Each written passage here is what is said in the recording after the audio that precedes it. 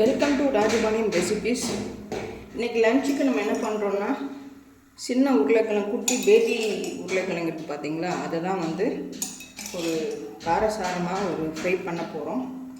கொஞ்சம் டிஃப்ரெண்ட் டேஸ்ட்டில் பண்ணுறோம். வாங்க பார்க்கலாம் எப்படி என்னென்ன பார்த்துடலாம். பக்கத்தில் ஒரே சத்தங்க, அந்த வீடு கட்டுறதுனால நமக்கு எதுவுமே ஓட மாட்டேங்குது, வீடியோவே எடுக்க முடியலை என்னால்.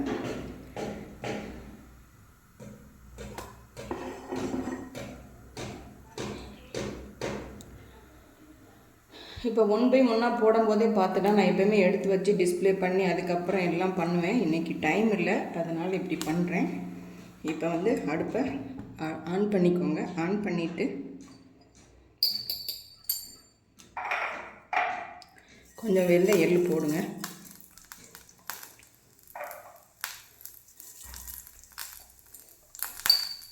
கொஞ்சம் மஞ்சள் பொடி,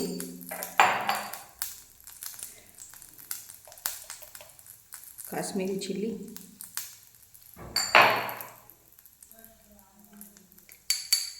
கொஞ்சம் சால்ட்,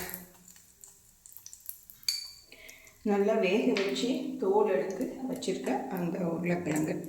இது பார்த்திங்கன்னா ஸ்பைஸ் கிளப்பில் ஆனியன் ஃப்ளேக்ஸ் அப்படின்னு கிடைக்கிது, அது போடுங்க. ரொம்ப ஒரு டேஸ்ட்டு கொடுக்குது, ரொம்பவே நல்லாயிருக்கு. இந்த மாதிரி பண்ணுறதுக்கு எல்லாமே இது சூப்பராக இருக்குது.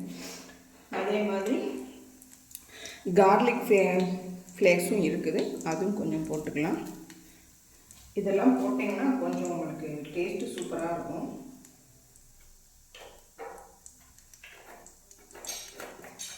இது எல்லா டிபார்ட்மெண்ட் ஸ்டோர்லேயும் கிடைக்குதுங்க, அதனால தான் இது சொல்கிறேன் நான். இப்போ இஞ்சி பூண்டு பேஸ்ட்,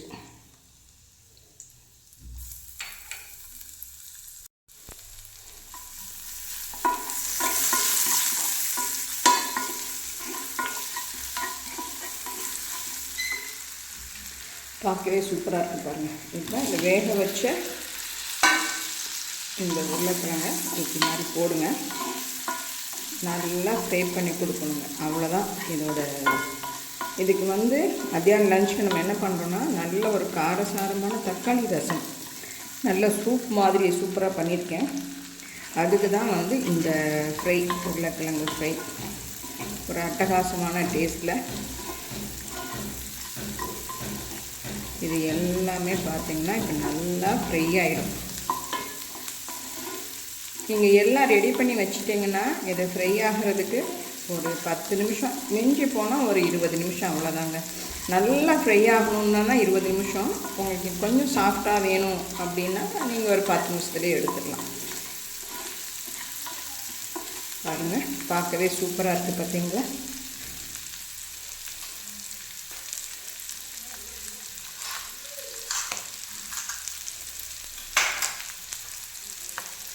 அப்படியே கொத்தமல்லி அப்படியே தூவி விட்டிங்கன்னா செமையாக கலர்ஃபுல்லாக சூப்பராக இருக்கும்.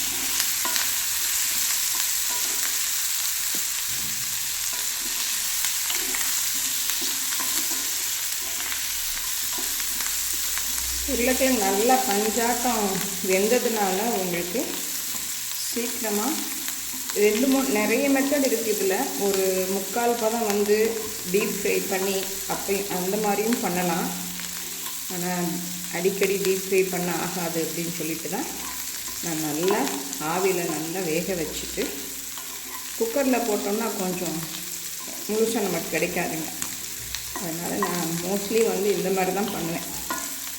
பாருங்கள், ரொம்ப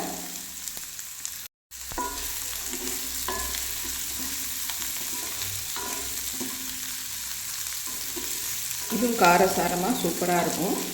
இந்த மலைக்கு இந்த மாதிரி மத்தியானம் லஞ்சு சாப்பிட்டா சூடாக சூப்பராக இருக்குதுல்ல, அதனால தான் செய்கிறோம்.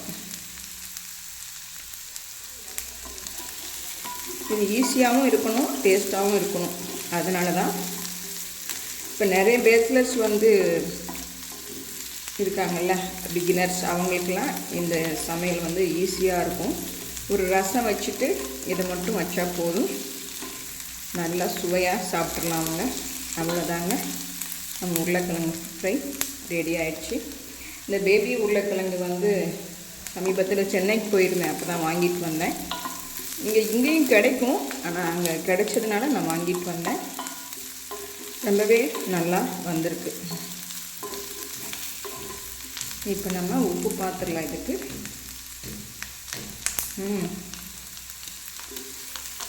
கரெக்டான டேஸ்ட்டில் சூப்பராக இருக்குது. அவ்வளோதான், பார்க்கவே அட்டகாசமாக இருக்குது பாருங்கள். இதை சாப்பிட்டு பார்த்தா எப்படி இருக்கும்?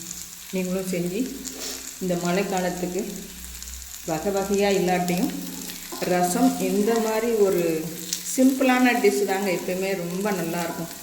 ரொம்ப மெனக்கெட்டு செஞ்சு அது நல்லா இல்லாமல் இது மாதிரி சிம்பிளாக செஞ்சு சாப்பிடுங்க. டேஸ்ட்டு சூப்பராக இருக்கும். அவ்வளோதான், ஸ்டவ் ஆஃப் பண்ணியாச்சு.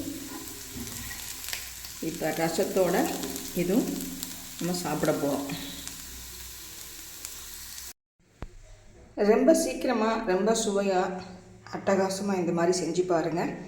ரொம்ப ஈஸி தான் இது. எதுவுமே ரொம்பலாம் பொருளெல்லாம் தேவையில்லை. வெறும் உருளைக்கிழங்கு வச்சு கொஞ்சம் ஆவியில் வேக வச்சு எடுத்துட்டிங்கன்னா வீட்டில் இருக்க பொருள் தான். எல்லா பவுடரும் போட்டு ஒரு ஃப்ரை பண்ணி எடுத்திங்கன்னா காரசாரமான உருளைக்கிழங்கு, பேபி உருளைக்கிழங்கு சூப்பராக ரெடி ஆகிடுச்சு. நீங்களும் செஞ்சு பாருங்கள். செஞ்சு பார்த்துட்டு எனக்கு கமெண்ட் பண்ணுங்கள். தேங்க்யூ.